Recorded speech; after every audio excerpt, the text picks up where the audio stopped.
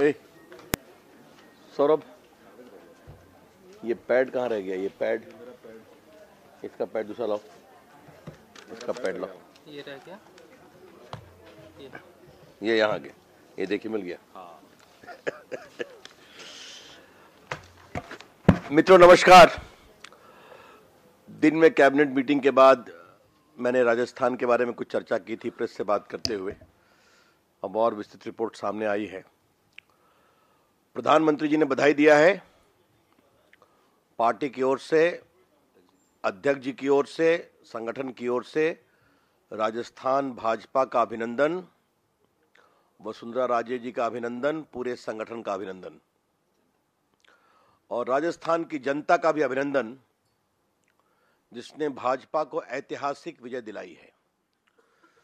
अभी तक जो रिपोर्ट आई है उसके मुताबिक 7 नगर निगम है। 6 के चुनाव पहले हो गए थे, 1 का आज हुआ है। अब 7 नगर निगम पर भाजपा जीत चुकी है। ये सभी 7 पहले कांग्रेस के पास थे। जो टोटल नगर पालिका नगर परिषद हैं 128। चेयरमैन का चुनाव कल होने वाला है।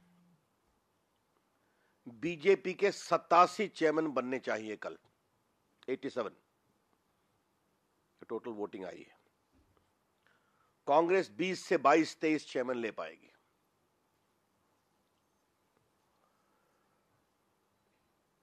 झालावाड़ के बारे में 1-2 चैनल पर बताया जा रहा था। झालावाड़ में 5 नगर परिषद है, बीजेपी 3 पर जीत चुकी है। जहां तक वोटिंग परसेंटेज का सवाल है, 2010 में बीजेपी को 36.34% वोट मिला था। 36.34%। 2015 में 37.16% मिला है, लगभग 1% बढ़ गया। कांग्रेस का वोट परसेंट 35.31% था 2010 में, अब घटकर 33.77% रह गया है। यह all the figures, the percentage Mahua was 2010 36.34% for BJP, 2015 37.16% for BJP, 2010 for Congress 35.31%, for BJP, for Congress 2015 33.77%, 33.77%। तो संख्या भी कम, वोटिंग भी कम, मेयर में सफाया। भाजपा सारे मेयर हमारे, 128 में 87 नगर पालिका नगर परिषद चेयरमैन हमारे होंगे। ये संख्या आगे भी बढ़ सकती है और वोटिंग भी आगे बढ़ी है और कांग्रेस की वोटिंग भी नीचे हुई है। अभी कुछ दिनों पहले 10 नगर पालिका में चुनाव हुए थे आपके मध्य प्रदेश में। वहां कांग्रेस 1 पर जीती, भाजपा 10 में 8 पर जीती। और यहां पर मैंने पूरी संख्या आपके सामने कह दी। बीजेपी को असीम आनंद इस बात का है कि इन दोनों प्रदेश के मुख्यमंत्रियों के खिलाफ कांग्रेस पार्टी ने जबरदस्त अभियान चलाया था, झूठे तथ्यों के आधार पर। The Congress party had unleashed a campaign of calumny bordering on malicious falsehood against Shivraj Singh Chauhan and Vasundhara Raje. But the people really gave the effective reply to the Congress party, and that these allegations are absolutely false and untenable. Madhya Pradesh और राजस्थान की जनता ने स्पष्ट रूप से कांग्रेस को नकारा और उनके बेबुनियाद अभियान जो झूठ पर आधारित था उसको भी नकार दिया है। राहुल गांधी आजकल बोल रहे हैं, अच्छी बात है। राहुल गांधी जी, आप मध्य प्रदेश पर खामोश रहे, तो 10 में से 8 भाजपा जीत गई। अब क्या राजस्थान पर कुछ बोलेंगे? क्योंकि जहां तक मैं समझता हूं आपके एक प्रिय मित्र सचिन पायलट वहां के अध्यक्ष भी हैं कांग्रेस पार्टी के। सोनिया गांधी जी आजकल आप वेल में भी आना शुरू कर दी हैं, अच्छी बात है। संसद के अंदर आप कुछ बोलेंगे क्या? बीजेपी का काम, इनकी सरकारों का काम, चाहे वह सुंदरा जी की सरकार हो या शिवराज जी की सरकार हो, उसने अच्छा काम किया है, प्रभावी काम किया है। इसीलिए वहां की जनता संतुष्ट है, वहां की जनता खुश है। और ये बात बहुत महत्वपूर्ण है राजस्थान के मामले में कि पहले कांग्रेस पार्टी के 7 मेयर थे, अब एक भी नहीं बचे। ये एक महत्वपूर्ण बात है, जानने के लायक। हमारी ओर से बहुत अभिनंदन है इस बहुत ही ऐतिहासिक चुनावी नतीजे पर। और जिस तरह से हमारी सरकार काम कर रही है, विश्वास के साथ, संकल्प के साथ, वो दिखाता है कि देश की जनता, प्रदेश की जनता हमारे साथ है।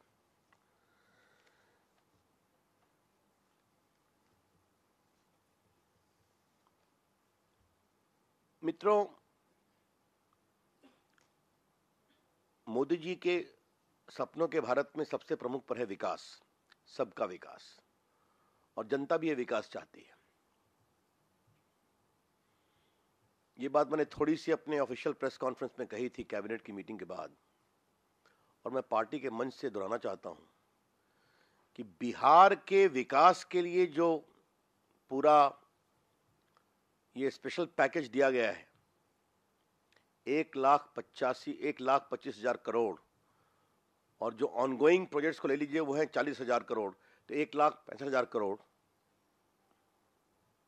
इस पर नीतीश कुमार जी अभी तक खामोश हैं, आलोचना ही कर रहे हैं। अभिनंदन की बात तो दूर, एक धन्यवाद का शब्द भी नहीं कहा नीतीश कुमार ने। Not even a word of thanks, leave aside complimenting Narendra Modi ji for this historic initiative. Bihar का total plan size, plan expenditure 14-15 का है 54,000 करोड़, और ये पैकेज है 1,25,000 करोड़ का। नीतीश कुमार जी भाजपा से अलग होने के बाद बहुत कुछ चिदम्बरम साहब के सेवा में लगे थे। जो बिहार को फॉलो करते हैं उनको मालूम होगा, सदाकत आश्रम कांग्रेस का दफ्तर है, वहां वो छोड़ने भी गए थे चिदम्बरम साहब को, और मिला था 12,000 करोड़। उसमें भी 8,000 करोड़ हमारी सरकार ने दिया। मतलब 12,000 करोड़ रुपए का पीनट्स मिलता है। नीतीश कुमार जी इसकी आलोचना नहीं करते हैं। आज बिहार के विकास के लिए 1,25,000 करोड़ नरेंद्र मोदी जी की सरकार ने दिया है, उसकी आलोचना कर रहे हैं। धन्यवाद की बात तो दूर रही।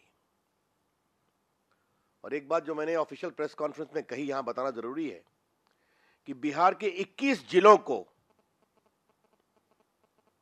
नोटिफाई किया गया एक बैकवर्ड डिस्ट्रिक्ट्स, जिसमें अगर आप नया उद्योग लगाएंगे, नई मशीनरी लगाएंगे, नया बिल्डिंग बनाएंगे, तो आपको 15% डेप्रिसिएशन का एक्स्ट्रा बेनिफिट और 15% इन्वेस्टमेंट अलाउंस मिलेगा, 30%।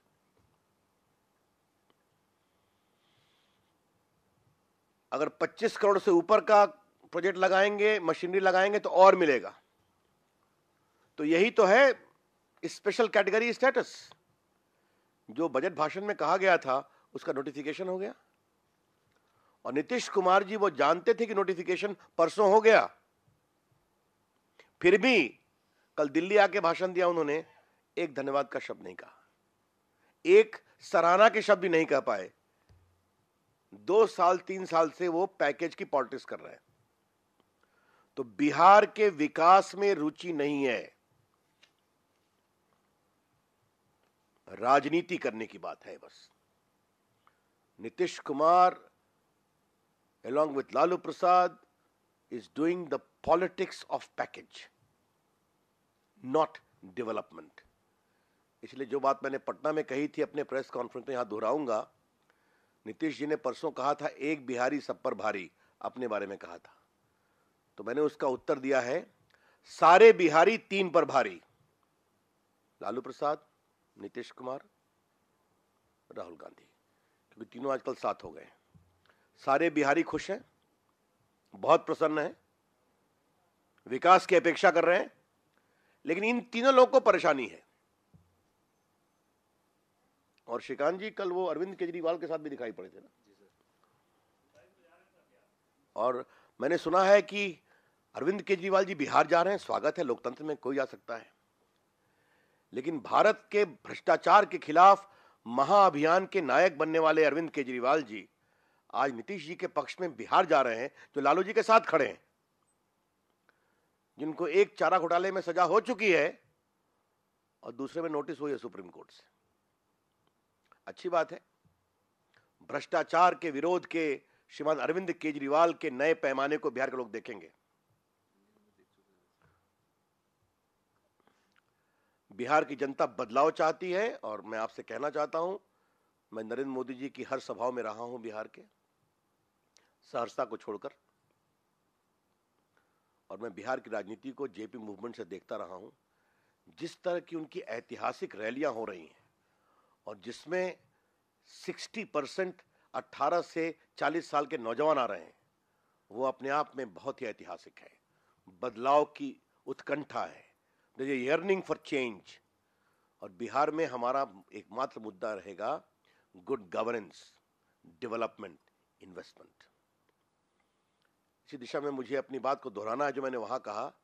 नीतीश कुमार जी, आप बार बार उद्योग की बात करते हैं, 9 साल से आप मुख्यमंत्री हैं, एक भी नया उद्योग बिहार में क्यों नहीं आया? एक का नाम बता दें आप, not even a single. Nitish Kumar ji, Bihar में एक भी प्राइवेट यूनिवर्सिटी बड़ी क्यों नहीं आई, जबकि लाखों बच्चे बिहार के बाहर पढ़ते हैं?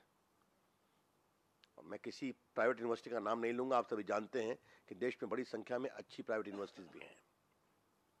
इसलिए आपके सवाल कुछ लूं, मुझे अंतिम बात यही कहनी है, क्या नीतीश कुमार, क्या लालू प्रसाद, क्या राहुल गांधी, ये तीनों जानते हैं कि बिहार में नवंबर के बाद जनता उनको मुक्त करने वाली है? इसलिए वो ये भी जानते हैं कि इस पैकेज का सदुपयोग बिहार के विकास के लिए नई एनडीए भाजपा की सरकार करेगी, इसलिए इसकी आलोचना कर रहे हैं। Thank you.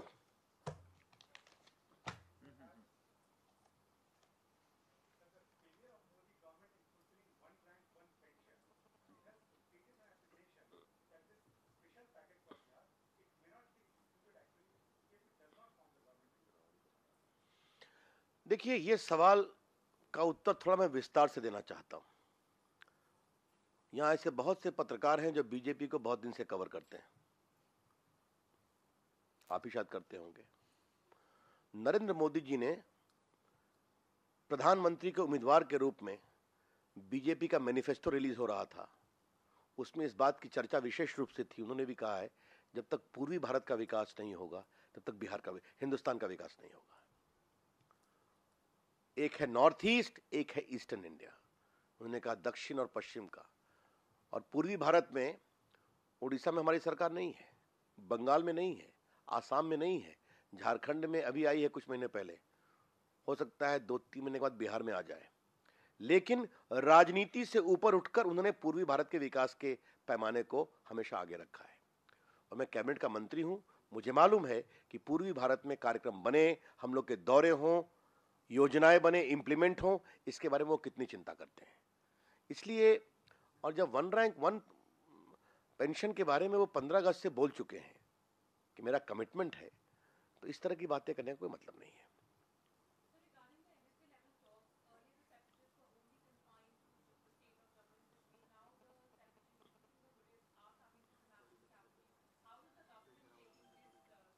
I think I've already spoken when I was speaking after the cabinet briefing. A structured response will come from the Ministry of External Affairs.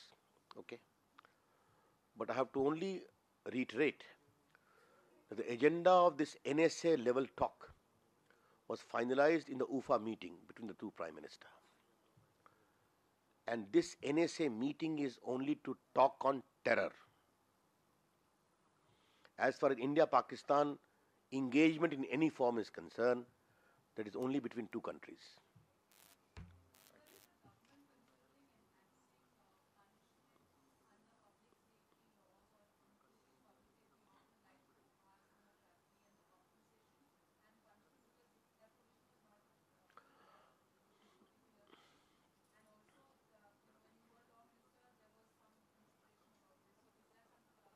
Well, this is an issue rather sensitive, which emanates from the Supreme Court judgment.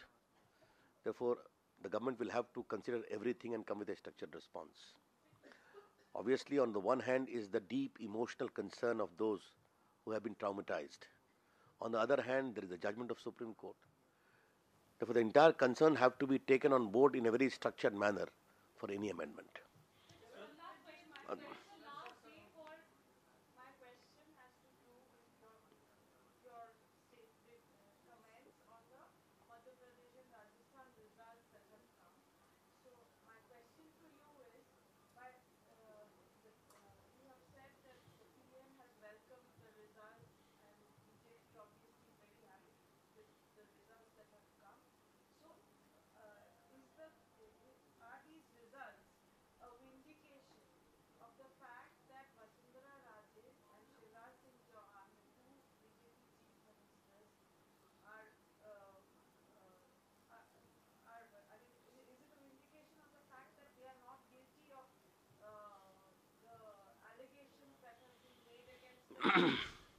The first and foremost part is the allegation against them personally was a campaign of calumny. Just a minute. Therefore, the people have rejected that campaign of disinformation and motivated campaign. The first thing I would like to say. They trust in the good governance record of these two chief ministers. As regards the issue, be it Vyapam, तो शिवराज सिंह चौहान जी ने स्वयं उसको CBI को भेजा, उसकी पूरी inquiry उन्होंने ही शुरू कराई थी. और आज मुझे आपको बताते हुए मैं थोड़ा सा बोलूंगा आश्वासन से कि बीजेपी के पूर्व मंत्री उसमें 1 साल से जेल में है, आपको मालूम है. तो ये सीबीआई के आने से पहले भी इसकी जांच इतनी ईमानदारी से हुई थी कि जो बीजेपी के लोग थे पकड़े गए, वो हटे, जेल में गए. लेकिन चाहे वो कांग्रेस पार्टी हो, चाहे वो राहुल गांधी हो या सोनिया गांधी हो, वो बार बार राजस्थान और मध्य प्रदेश में हारे हैं. एमपी में तो 3-3 बार हारे, संख्या सिकुड़ गई है. तो जनता के सामने वो हारते हैं और झूठ का सहारा लेते हैं.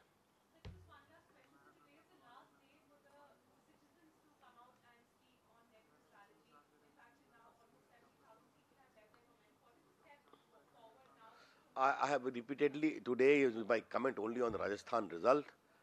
I think those who cover my ministry know it very well that I have publicly stated that I will await the TRI report to take a structured decision. I am awaiting the TRI's report. An officers committee report has come about.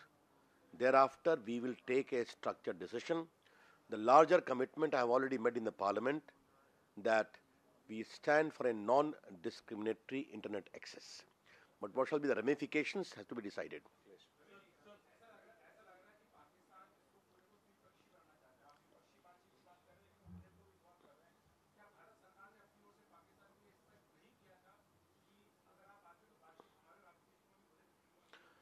फिर मैं आपसे कह रहा हूं, इन सारे विषयों पर विदेश विभाग के प्रवक्ता के द्वारा एक सुविचारित टिप्पणी की जाएगी.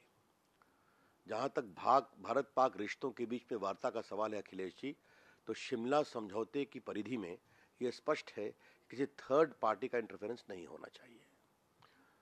अब बाकी मैंने बताया कि इस बातचीत की पूरी रूपरेखा उफा के प्रधानमंत्री नरेंद्र मोदी जी और जनाब नवाज शरीफ के बीच बातचीत के बाद तय हुआ है, जिसमें एनएसए लेवल की बातचीत आतंकवाद पर है, ये समझना चाहिए.